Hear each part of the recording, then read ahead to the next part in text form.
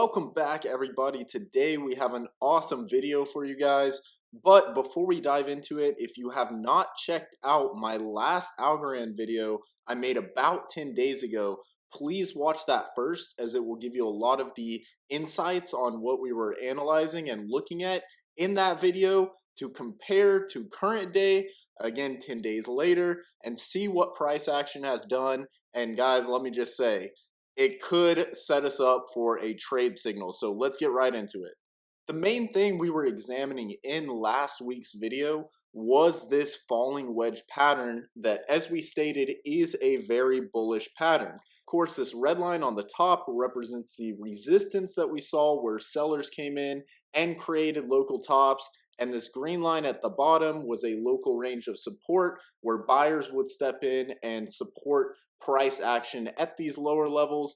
And we were waiting for this top line to be broken. In our last video, price action was right here, and we were pointing out how we were at the top of our falling wedge channel and could face some resistance. Also on our RSI, I was pointing out how we were exactly at the same level where the strength index had topped out 3 previous times.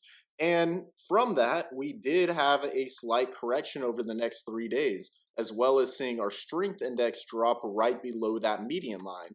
But recently is what has became very interesting to me regarding Algorand's current price action. After this downtrend, we did create a doji signaling price could have the potential to reverse. Then within the next 3 days, we did have the reversal and actually closed a candle above this falling wedge pattern right here on September 29th of 2023. Now, this is important for breakout traders to understand. A lot of people think that whenever you do have that confirmed breakout, you instantly hop into the trade as the resistance level has been broken and therefore buyers should push up price, which happened 2 more days following.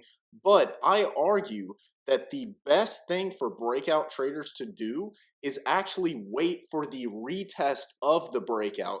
And what I mean by that is whenever you do have a resistance level, such as this top level we've seen that acted as a local top right here for sellers, a local top right here, and then again right here, you want to see this level get flipped into a new level of buying pressure, as old resistance becomes a new level of support. And so far, if we just zoom in a little bit, we can see that's exactly what's been happening. That level of resistance, you can see where all the candles were closing below this level, has been successfully retested so far as a new level of support. You can see the buyers stepped in here and also right here, even with this wick right here, multiple retests on this level of old resistance, showing that this could be a successful retest of the breakout, and we should see price continue higher. That's why for the best trade possible, you don't want to enter right at the point of a breakout, but wait for that level to be retested to show that the strength of the buyers is there and that this is not just a fake out, and then see the momentum climb to the upside. So right now, from a trading perspective, Algorand looks very, very good for a larger move to the upside. The only thing that I'm keeping my eyes on right now is that key level of resistance on our daily RSI, which is this red line I have drawn, because you can see that we did actually break above this level briefly whenever we were having this breakout for Algorand out of its falling wedge pattern, but then instantly our strength index came back down below that level, which is something we don't want to see. So really what I'm watching for this right now is, with price action starting to increase to the upside, we also want to see this 58, 59 level on our daily RSI get broken again. And once we see that, that is what should give us the move for our upwards price target, which we will discuss in just a minute. But before we get into this price target to the upside, let's actually examine the other scenario if this retest isn't successful and how you should plan your trade accordingly. Now, if we zoom into the 4 hour, we can look at this trend line a lot better. As you can see, selling pressure along it right here, right here. These candles closed exactly on it. And then once we did have this breakout, you can see how these candle bodies flip that old level of resistance into a new level of support before having our move higher. And even on the retest that we've been talking about, all of these candles have continued to hold even on the 4 hour as a new level of support. But if we see a 4 hour or even better, a daily candle close back below this trend line, and of course it's decreasing, so this is time dependent. Right now, that trend line is around 9.7 cents. But depending on when you're watching this video and how much price action for Algorand has happened in that time period, this will change. So make sure to just draw this trend line on your chart so you can be watching it as well. But if we get that candle close below that trend line, that is whenever you would exit your trade and then look for a retest down here across this green trend line, which again is dependent on time. But right now that sits right around 8.2 cents. Now, if this retest is successful, as it's looking like right now, let's discuss the targets to the upside that we should look for to maybe take some profit. Now, using our Fibonacci tool from our local low right here to our most recent high, we can see something absolutely amazing.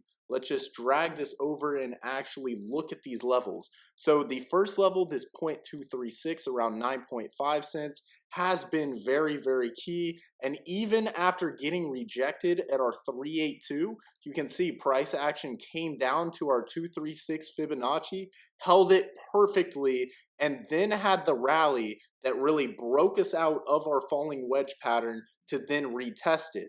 The next really key level we want to watch the upside is around 11.7 cents. This is our 0.618 golden ratio, and it's amazing how much price action respected this level right here before a giant 4-day crash in Algorand's price action. You can see how both these candles closed exactly at that Fibonacci level, which then led us on this crash. So that being our golden ratio, that's going to be a really important level to watch. But I argue the most important is probably going to be around this 13-14 cent level. It would be the top of our falling wedge, which just like the opposite, a rising wedge, you look for the base or the mouth of the rising wedge to be the target. And in this case, since it's the bullish version of that, a falling wedge, the mouth of this would be around 13 or 14 cents that we would look for that price target. So it seems 13-14 cents is the level we should keep our eyes on as long as this retest is successful. But I did want to point out how interesting it is that our 1.618 Fibonacci level lines up exactly to our critical market structure over here around 17.3 cents, where this was a level of old support that got broken and flipped into a level of new resistance before this huge capitulation for Algorand. So if we are able in the distant future to get above that 14-cent level, our next level could be sitting around this 17-cent level.